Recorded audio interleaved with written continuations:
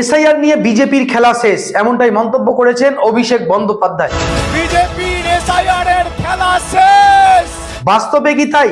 আজ এসআইআর নিয়ে supreme court কি বলেছে বিস্তারিত আপনাদেরকে জানাবো।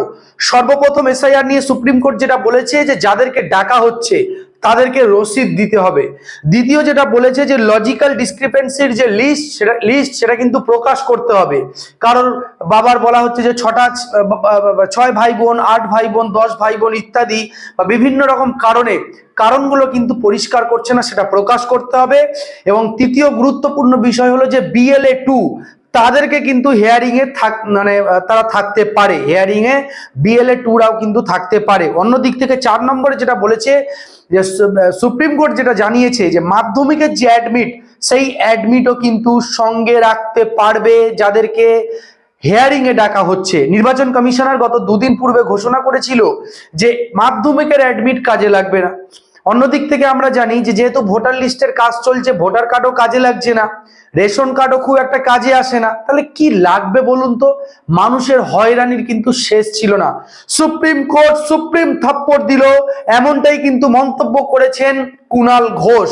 এবং বামেদের পক্ষ থেকেও সোশ্যাল মিডিয়ায় পোস্ট করে জানানো হয়েছে যে লড়াই চলছে, বুথে বুথে লড়াই আন্দোলন চলবে। অতএব আপনারা হতাশ হয়ে যাবেন না। যে ডকুমেন্ট আপনার কাছে আছে, আপনার শুনানি এসছে, বাবার নামের ভুল, মিসম্যাচ বা বিভিন্ন কারণবশত, দেখুন নতুন করে আপনি অ্যাফিডেভিট খুব একটা কাজে লাগছে বলে আমার মনে হচ্ছে না, তাই পয়সা খরচ করে অ্যাফিডেভিট করার আপাতত প্রয়োজন নেই। আপনারা তবুও BLA বা BLOদের থেকে জেনে নেবেন। পাশাপাশি কি কাগজ করব, কোথা থেকে খুঁজবো, কিছুই পারবেন না। যেটা আপনার কাছে আছে, যে ডকুমেন্ট আছে, সেই ডকুমেন্ট নিয়ে কোনো মিডিয়া চ্যানেল, কোনো নেতা কেতা কাউকে ফোন করতে হবে না, কোনো অ্যাডভোকেট, কেউ ব্যাপারটা ক্লিয়ার জানে না। আপনি আপনার BLO এবং ওই যে এনুমারেশন ফর্ম আপনাদের কাছে দিয়ে গেছিল, ফিল আপ করে দিয়েছিলেন BLO আর BLA, যে কোনো রাজনৈতিক দলের, তাদের সঙ্গে কথা বলুন, তাদের থেকে পরামর্শ নিন। আরো বেশি সমস্যা হলে আপনার এলাকার পঞ্চায়েতের মেম্বার বা প্রধান বা পৌরসভার কাউন্সিলর বা MLA আপনার বা MP, যাদেরকে আপনারা ভোট দিয়েছেন, তাদের কাছে যান, তাদের অফিসে যান, আপনারা হেল্প নিন। আজকে এই বিষয় নিয়ে সুপ্রিম কোর্ট কি বলেছে বিস্তারিত আপনাদেরকে শোনাবো সাংবাদিক সুমন ভট্টাচার্য তার একটি প্রতিবেদনের মাধ্যমে। সম্পূর্ণ ভিডিও দেখুন আর প্রচুর পরিমাণে শেয়ার করে ছড়িয়ে দিন। আপনারাও কি মনে করছেন যে বিজেপির খেলা শেষ, নাকি বাঙালির যে বিপদ আরো বাড়বে? এই বিপদ বাড়লে আন্দোলন কি আপনারা বাড়াতে পারবেন? ফেটে গেল কালিরামের ঢোল। অনুসন্ধান সিনেমায় অমিতাভ বচ্চনের সেই হিট গানটার কথা মনে পড়ছে? ওখানে ভিলেন ছিলেন আমজাদ খান, যার নাম ছিল কালিরাম। ঢোল বাজানোর প্রতিযোগিতায় তার ঢোল ফেটে গিয়েছিল।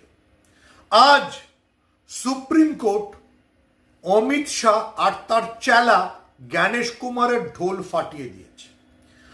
মুখ্য নির্বাচন কমিশনার জ্ঞানেশ কুমার, যিনি বাঙালিকে হয়রানি করছিলেন, যিনি বাঙালিকে বেনাগরিক করে দেওয়ার চক্রান্ত করছিলেন, যিনি এই হিয়ারিং এর নামে বৃদ্ধ বয়স্কদের চূড়ান্ত হয়রানি করছিলেন, সুপ্রিম কোর্ট তাকে একদম যাকে বলে ঢোল ফাটিয়ে দিয়েছে। কেন বলছি ঢোল ফাটিয়েছে? সুপ্রিম কোর্ট কি বলেছে?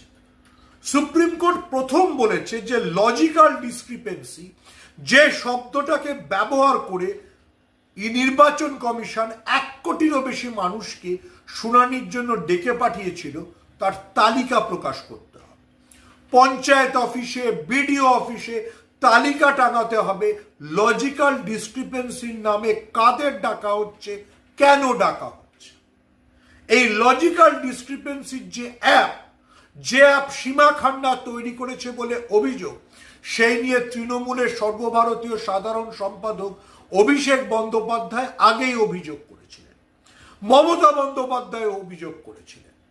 এই যে লজিক্যাল ডিসক্রিপেন্সির নামে যাকে তাকে ডেকে পাঠানো, এটা নির্বাচন কমিশন করছিল ওই সীমা খান্নার তৈরি অ্যাপ দিয়ে, যে অ্যাপের দৌলতে নির্বাচন কমিশন অমর্ত্য সেন, নোবেল বিজয়ী বিজ্ঞানী অমর্ত্য সেনের মায়ের বয়সও ঠিক করতে পারে।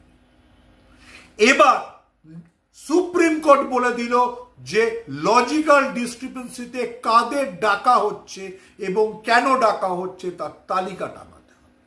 শুধু তাই নেই, যে যখন তখন ডেকে পাঠানো হচ্ছিল, এবার বলে দিল যে হিয়ারিং এর জন্য 10 দিন সময় দিতে হবে। এখানেই শেষ নয়, বিজেপি এবং বিজেপির চামচাই নির্বাচন কমিশন যেটা করছিল সেটাতেও সুপ্রিম কোর্ট জল ঢেলে দিল। বলল বিএলএ অর্থাৎ রাজনৈতিক দলের এজেন্টদের ভেতরে থাকতে দিতে হবে, হিয়ারিং এ যে কোনো কেউ ভোটারদের সহযোগিতা করতে ভেতরে থাকতে পারে।